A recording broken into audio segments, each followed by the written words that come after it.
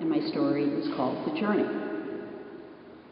For the past 30 years, I've been traveling to Phoenix, Arizona to visit my parents. They moved out there when I was about 19 from Wisconsin. Those early years when I was in college, I think of as the great escape. I escaped the cold of the Midwest and the cold of the East Coast to a desert oasis. I would read and swim and rest, and they were wonderful memories. The next phase of travel to Arizona I call New Beginnings. It was 1991, and I took Roger to meet the family. Roger and I had met 2 months beforehand in the laundry room of our apartment building. The journey went quite well. It was a wonderful visit, which was great because unbeknownst to anyone else, Roger and I were already engaged. When we went back the next year, we were married, and my nieces and nephews inquired, typical question, when there would be new cousins for them. Well, it took a few years, but about 5 years later, Karen was born. And as uptight first-time parents, we weren't about ready to get on that 5-hour journey with an infant. No, we waited, something we were very proud of as parents. We didn't realize the implications for our flight. We weren't sitting, we were walking. Up and down the aisle. It was a tag team that Roger and I were, and Karen was our baton that was getting passed back and forth. And on the walks up and down the aisle, we'd say hi to the passengers, they'd smile, and occasionally we'd catch the eye of one of those passengers who had older children. They were reading, playing games, drawing, entertaining themselves. And they'd give us that smile saying, "It'll get easier." But it didn't. Never done that before. And we thought a piece of cake. We've done the 5-hour trip out to Arizona, Florida, 3 hours, 3.5, no problem. We're experienced parents, we get to the airport, but Mark doesn't want to take the Benadryl. So we're like, okay, it's a shorter flight, we'll manage. We get on the plane, we're loaded down with snacks, loaded down with every imaginable toy or book there could possibly be.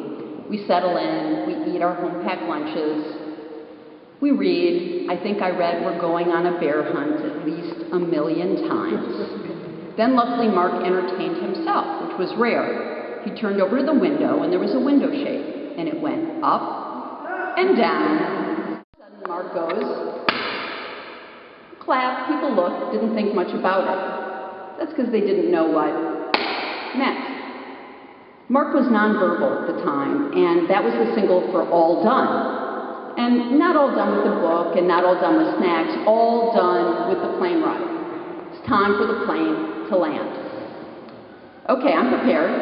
I take out the picture story, and I show him the pictures, and I point until Mark fell asleep trembling in my arms, and it was time to leave the plane. The next flight took place about 6 years later, and Mark's 9, my daughter at the time is about 12, and Roger has a brilliant idea. We're going to use all those frequent flyer miles from those trips out to Arizona, and we're going to get a first-class upgrade. But this time we're traveling with my mother-in-law. So I remember boarding the plane. Mark loves to eat. My daughter's as happy as can be. We finally arrived. We're important people now. We're in first class. And we start playing games. And then we play animal dominoes over and over and over. But then that wonderful thing happens. The rub-eye, where you think your child is going to rest. Okay. So Mark tries to get comfortable, but he's used to spreading across those 3 seats in coach. And in first class, there's that big armrest. And he can't get comfortable. The shoes are off, he's kind of kicking around, and decides it's time to, what else, walk.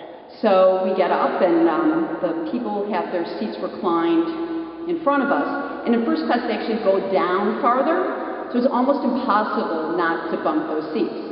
So we go out, Mark bumps the seats, and of course the people in front of us. And I'm staying very close behind, because Mark has developed a very endearing habit that unfortunately exists to this day of squeezing arms or kissing arms. And it's really an affectionate sign of affection. It doesn't really hurt, but he tends to do it right by the armpit.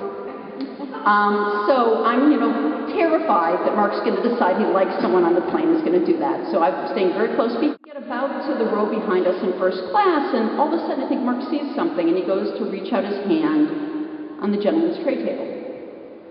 And all of a sudden I hear, "Get your son's hand off my tray table." And I turned and I said, "I'm sorry, my son has special needs." And he said, "Well, then keep him away from me." And everything stopped at that moment. I wanted to say, "And who are you and how could you be so cruel?" But instead I sat back down next to Mark, tried to take a deep breath, and I needed to escape. But where to? I'm on a plane. Oh, that's right, my mother-in-law is in coach. So I take my purse, I go back to coach, and I sit down. My mother-in-law goes to be with her grandchildren, and I cry. And luckily the woman sitting next to me gets out a pack and hands them to me. I go through those. Then it's time for my daughter to go back on the way to the bathroom, and it's hard to hide the way my face looks. And she's, "Mom, what's wrong?" And the mature 12-year-old she is, with a brown belt in karate, goes, "Who did that to you? I'll punch them." No, you won't punch them.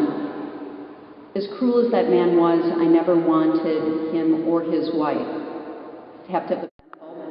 We settled into our routine. We drove to my parents' home.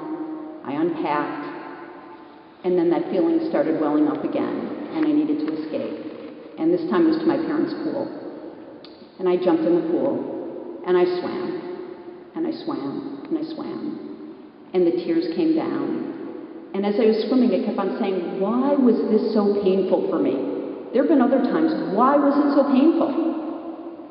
And that question was that I wouldn't always be there to protect Mark from the pain in the world. And there would always be people who would see the outside differences and not the inside beauty. So the next week our week came to an end, and we boarded the plane, and we all headed back to coach, all 5 of us in our row. And the babies were crying, and the kids were kicking the seat behind us, and I felt very much at home. We didn't have birth, and he spread out across our laps and closed his eyes. And I remember looking over at my husband and grabbing his hand and closing my eyes and saying, "I think I'll stick to coach."